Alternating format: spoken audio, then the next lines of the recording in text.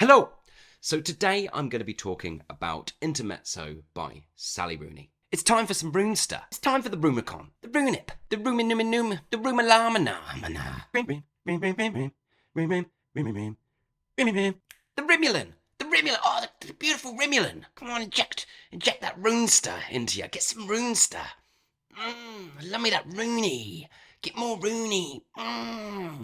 Anyway, enough of all that. So Sally Rooney's released a new book. Sally Rooney is very popular, very, very popular amongst lots of people. So when she releases a book, people get very excited, including myself, because I am a massive...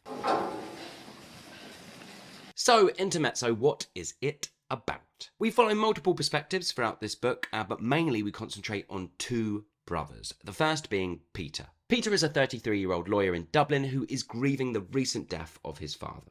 He is currently juggling two very complex relationships, one with his ex-girlfriend Sylvia and one with his much younger kind of girlfriend, Naomi. We also follow Ivan, who is Peter's younger 22-year-old brother. Ivan is a chess enthusiast and he plays to a semi-professional level, I'm not too sure, and he meets at one of his kind of chess meets where he plays multiple players at the same time. I can't remember what it's called. Sorry, I know nothing about chess. I'm very thick when it comes to chess. Anyway, he's doing one of these multiple game chess meets and he meets Margaret, a woman who runs the sort of art centre that the meet is taking place in. She is much older than Ivan. She is around 36 years old. But the two seem to hit it off and they embark on a romantic relationship. And overall, in its simplest form, this novel is just exploring the strained relationship between the two brothers and their romantic lives. It's a novel exploring their grief over their father, but also their personal growth at this time.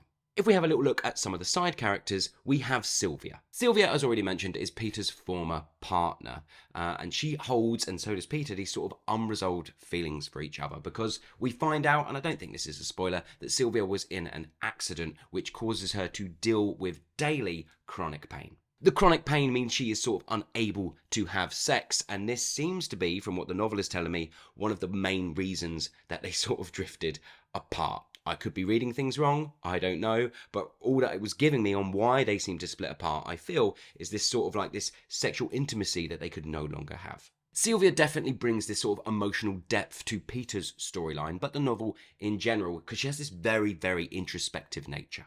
Next up is Naomi, a 23-year-old girl. She is a student, but she is homeless. She's just been kicked out of her flat that she shares with her friends. And she doesn't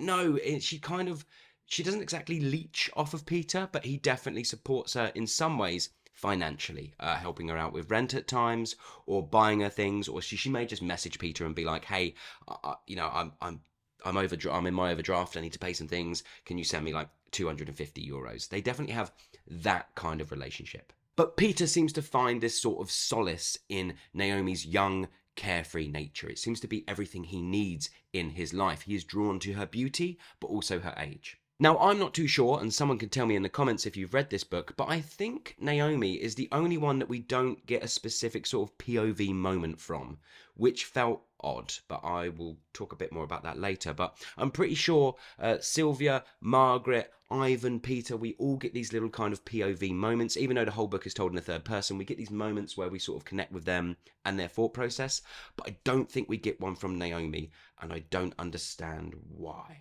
And the final side character we have is Margaret, the 36-year-old woman who is currently still married, but she's separated from her husband, and she starts a relationship with Ivan. Now, Ivan is obviously only 22 years old, and this obviously causes a bit of controversy where she lives, and also just in general with Peter. That sort of age gap is one of the main things that's explored through their relationship, but also their love for each other.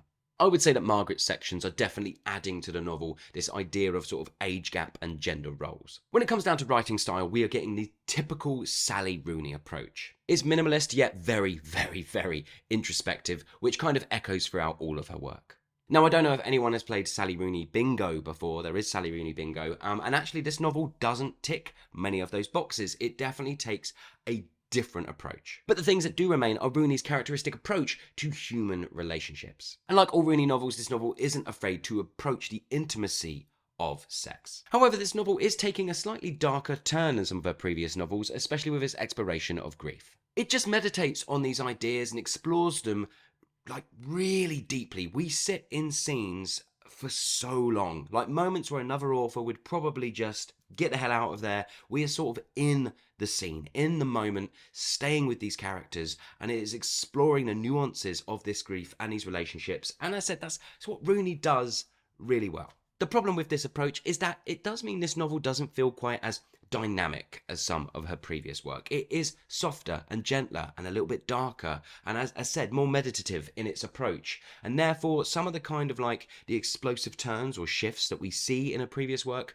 are just not here, which might maybe upset some of fans of her previous work. And always, I will say before I get into my pros and cons that if you're a fan of plot, if that's what you come to for your novels, then Sally Rooney isn't really the author for you. This is a very plotless novel. It is just an exploration of characters suffering with grief and their building relationships. So what did I like and what didn't I like? What I liked. I really enjoyed the exploration of the sibling relationship. Rooney is diving into the complexities of this sort of sibling bond that exists between the two brothers, the complications, the bitterness, their parents are separated and how much like individual parents they are. I just thought like everything was really examined quite closely, but also very thoughtfully and sort of very minimalist. And that gives you a really sort of deep connection to the two brothers. Quite enjoyed the themes of this one, the exploration of sort of like the age gap and of grief and how like, I think, I don't know how much time passes in this novel, but I think the dad dies in like, sort of like September, I think, like late September, or maybe even a bit later than that, but I know the novel is sort of over before Christmas. So I think it's all taking place over maybe just like a few months, I don't know. But yeah, I really enjoyed the sort of like the immediate impact of grief and the varying themes that splinter out of that we're exploring. I thought that was done pretty well. Another thing I liked is something that I've liked in all of Rooney's work. I think I'm maybe about 5-6 years older than Sally Rooney, so I don't know. I feel like all of her novels have had something in them that I have been able to relate to a lot, like a lot. And I don't know if it's universal. I don't know if someone in their 60s could relate to stuff within her novels. I do tend to find that maybe the older generation, or is this going to be a sweeping statement, might not connect with her work as well as people like in their sort of like mid-20s to like mid-40s. I feel like that's the age, that's the sweet spot for sort of Sally Rooney's work. But as I said, I really connected emotionally to each of the characters.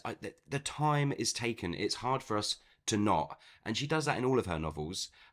Definitely at the expense of plot, but, you know, it's not all about that. But yeah, so I really, really enjoyed how deeply I connected to these characters. That's not to say I liked them, by the way. That's not to say I liked them at all. You know, like the characters in this all have elements about them, you know, they exist in the grey area and they each had things that made me really fucking hate them, but you know, I was able to connect to them emotionally. Now this might just be because we are very close in age. I think I am a couple of years older than Margaret in this novel, but I really really related to Margaret. I thought Margaret was quite a refreshing character in this novel, without a doubt my favourite. And it might be because, you know, she's sort of separated, going through a divorce. I have been going through a divorce for the past year, so yeah, all these things sort of like I'm really able to relate to within her sort of character. But I feel like the book would have been far, far, far weaker without her perspective in it. I just really enjoyed what she brought to the story. And the final thing I liked is Rooney's like minimalist yet quite lyrical prose. There was a definite sort of attempt here with Peter in like his sections are all this sort of like massive stream of consciousness, which some readers might find hard to connect to, but once you read it for a little bit, you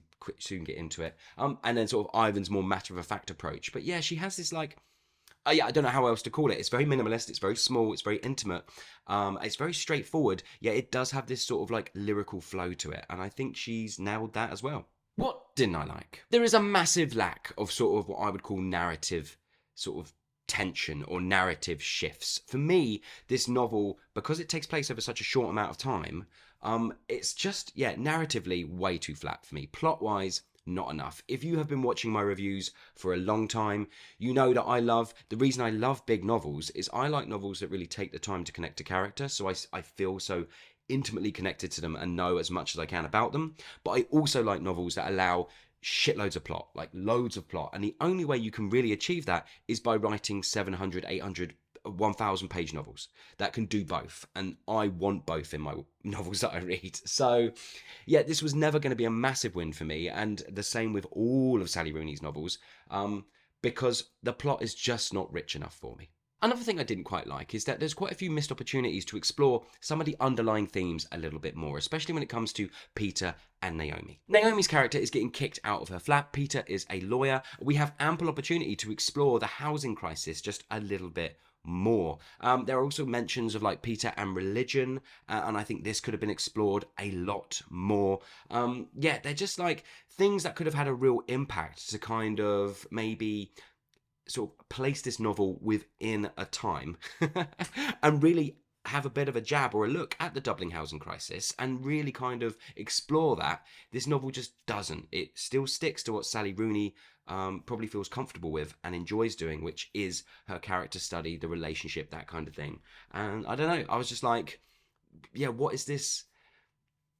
I wanted the novel to just be able to go that extra, to jump that extra star, to be a little bit more layered and, yeah, explore something else within everything else that she's doing well, but she doesn't do that. Another thing that I didn't quite like is that a lot of people were saying like, oh, this book is very different for a Rooney book.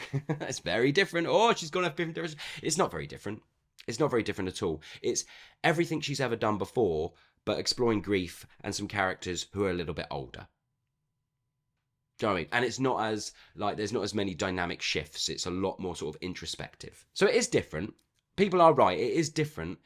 But it is very much a Sally Rooney book, and it is very much everything we've seen before, with just a few minor things thrown on top. And I was a bit disappointed in that. Again, that's on me, because I was listening or reading things and being like, oh, this is going to be something totally different. And it really wasn't.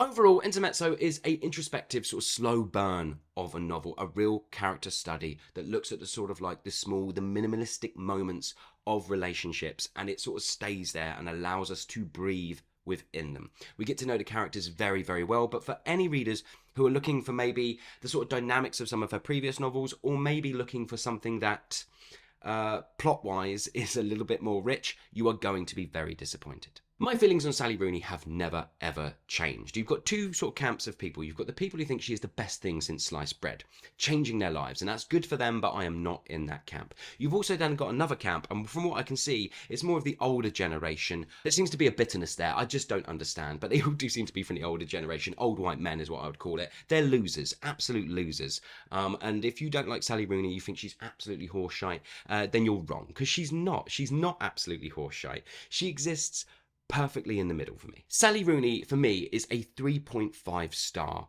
author for every book she's ever read, including this one. She is very good.